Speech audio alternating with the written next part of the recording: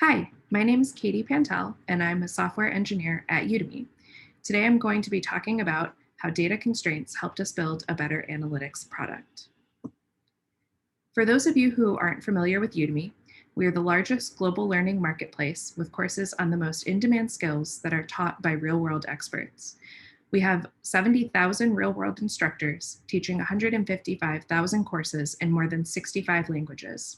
We have 40 million students in more than 180 countries with 480 million course enrollments globally to date. Because we're a marketplace, learners can choose from the largest selection of courses based on their preferences around things like course type, timeline, and level of engagement with instructors. The important thing to note here is that we're a marketplace. Udemy isn't creating any of this content. Real-world experts are coming to our platform to publish and sell their courses. So our users are both students and instructors. And today I'm going to be talking about our project building Udemy's first comprehensive analytics tool for our instructors to help them understand what's on the platform. So let's go through an example of what the student flow looks like, what we're trying to help the instructors understand. Students who land on our site might do a number of different activities, including searching for keywords, browsing those courses within the search results, and looking at the details of an individual course. This is what we call the course landing page, and this has details like information about the instructor, previews of the content, reviews and ratings from other students, as well as information that the instructor enters, like the description of the course. Students can also look at topic pages and view Udemy recommendations that are generated by our data science team with algorithms that determine most popular and trending courses, as well as specific recommendations geared toward each student depending on their interests and activity on our site. Once they find a course that they like, they can add it to their cart and then eventually go on to purchase. So this is the behavior that we were trying to capture for instructors to understand. Back in 2018, I was on a team that was building a centralized analytics hub to empower our instructors to understand their performance on Udemy and take their next steps with confidence. We wanted this tool to help our instructors understand how their courses were performing within the marketplace and identify potential opportunities and areas for improvement. Today, I'm going to talk about just one section of this instructor analytics dashboard, and this is the traffic and conversion section. We wanted to show instructors how students arrived on their course landing page, some of the activities I just showed you, as well as how many of those visitors eventually went on to purchase the course, which is referred to as conversion. So you can see here some examples, including the different categories of traffic that led students to a course landing page and how many of those students converted, as well as more granular data about the specific referral links that led students to an instructor's course. So when we were building this product, we started out with a pretty standard product definition process. We started by identifying who our users were, the key problem that we wanted to solve for those users, and then brainstorming and iterating on solutions. But as anyone who's worked with data probably already knows, when it comes to a data product, this process is not always going to be straightforward. A lot of your decisions will depend on what data is available to you, as well as the limitations that you encounter in data quality, collection, and processing. So essentially, you have a bunch of really great ideas, and then the data comes in and does something a little bit like this. But it's not all bad. Thinking through your data constraints can actually help you come up with better solutions as you iterate. So let's look at the 3 key questions that my team had to answer when we were building this instructor analytics dashboard. First, we're pretty familiar. Who are your users? And what key problem are you trying to solve for those users? The really essential one here is the third question. How will you adapt to constraints along the way? So let's start out by talking about who our users were. We had a pretty interesting challenge building this product because we had to serve a lot of different types of users on our platform. As I said, this is intended for our instructors, but we could have a lot of different types of instructors who would all be using this tool. Imagine a brand new instructor who's sort of exploring Udemy as maybe a hobby or a side gig. They've only published 1 or 2 courses, they might only have a handful of enrollments, and they haven't made much money on the platform yet. And then compare that to someone who's pretty established on our platform. They've been teaching on Udemy for a long time. This might actually be their full-time job. They've made a career of it. They make thousands, tens of thousands, even hundreds of thousands of dollars. They might have hundreds of thousands or millions of students, publish dozens of courses. These are very, very different users, and we had to build an analytics tool that would give insightful and actionable information to both of them. So that was a pretty unique challenge. We also had to handle some edge cases that might sound really trivial, but this is really important to think about when you're building an analytics product. So for example, our instructors who've been around for a while and are familiar with Udemy will already know that we have a 30-day refund policy, but our newer instructors might not realize that. So it was really important to us to visually indicate in our UI when data was still in flux, because revenue data isn't finalized yet when we allow for that 30-day window. So our newer instructors might not realize that, and it had to be really clear. We also had to figure out how to identify to users why we might not know certain things. So for example, when you open a link in a new tab, you generally lose the referral data for that traffic. And so instructors might not realize that. It might be intuitive to us as engineers, but not necessarily to our users. And so we needed to have a way of categorizing this unknown traffic and explaining it in a way that would make sense to instructors why we didn't know the source of certain traffic. So we also faced some limitations in data processing. And this was the first time that one of our limitations actually led us to make a product decision. So we were trying to compute the student counts for our instructors. And we were facing some problems in computing this data in real time for instructors with a large number of students. So as you can imagine, that would be really slow to count up all 2 million students for a given instructor. And this is when we stopped to think about the different types of users we were trying to serve. So imagine an instructor who only has 10 students. That 11th enrollment is going to be a really big deal to that instructor. And this bore out in our user research. We found that newer instructors with very few students found each additional enrollment to be really exciting and motivating, and it was actually really valuable information for them. Whereas the instructor on the right here might not really care about, the 700,000th student. That's not really helpful information for them. So this was our first decision where we had to kind of work around a data constraint, and we made a decision based on the user type.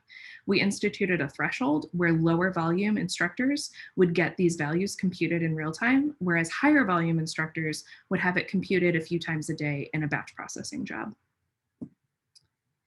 Next, we had to think about the key problem we were trying to solve for our users. So in the brief demo I gave, you've already seen some different ways that users can encounter course content on our site and then eventually go on to purchase. So we had to think in this user journey, what is the most valuable information for our instructors? And once a student lands on our site, we have tracking that gives us all the information about the different actions they take. And we could theoretically kind of reconstruct a user's journey. Maybe they land on the site, search some keywords, browse some pages, click some recommendations. They eventually land on a course and go on to purchase it. And it's easy to get carried away because we had all this data available to us. We could try and reconstruct these user journeys and give instructors a sense of the entire process a student took to eventually purchase. But this was when we had to stop and think, is this data really valuable for our user? Is it solving the key problem? And what solves the key problem for our user is just what we call last touch attribution. So this is the last action a student took before landing on the instructor's page. So in this case, we actually had way more data available to us, but we had to really have a laser focus on what would solve the problem for the user.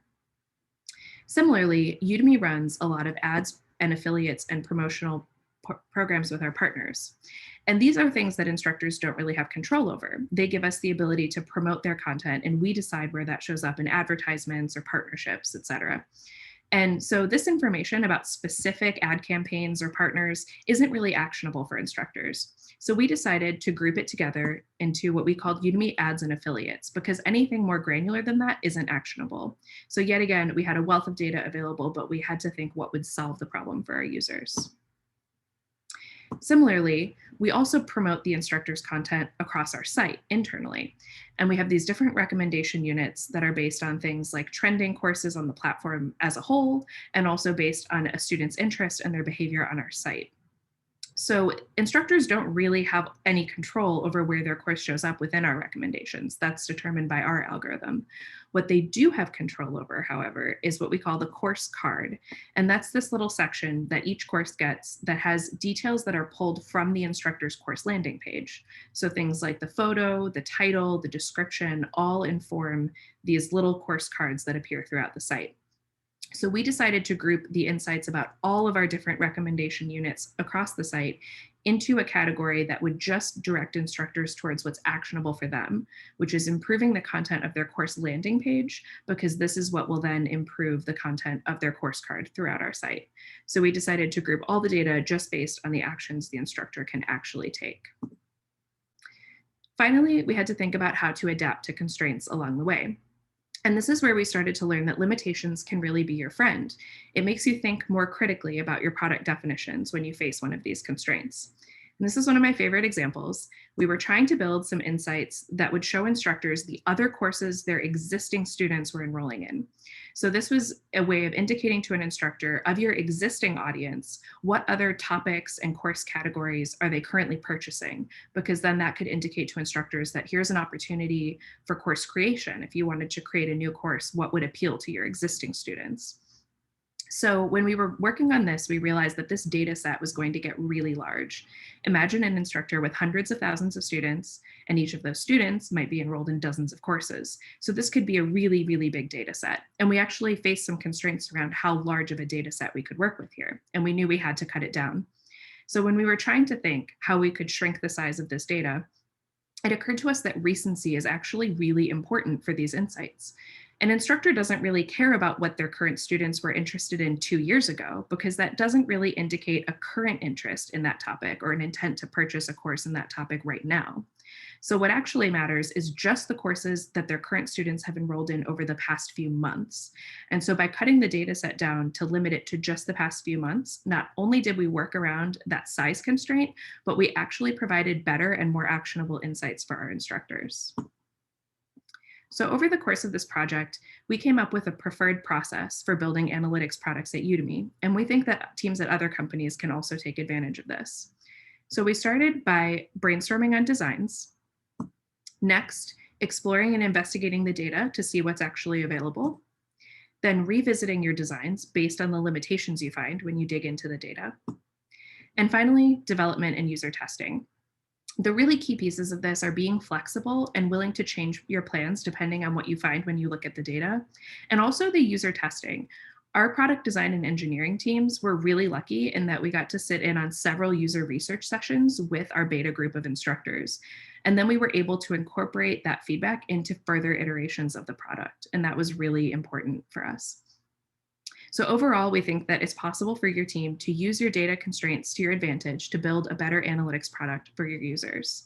Now, you may be wondering, did it work? Did the users like it? Was it helpful? And the answer is yes. We have some really exciting feedback from instructors, such as this one, who was able to adjust the course subtitle, and he immediately saw a huge increase in the amount of traffic of students landing on his course page.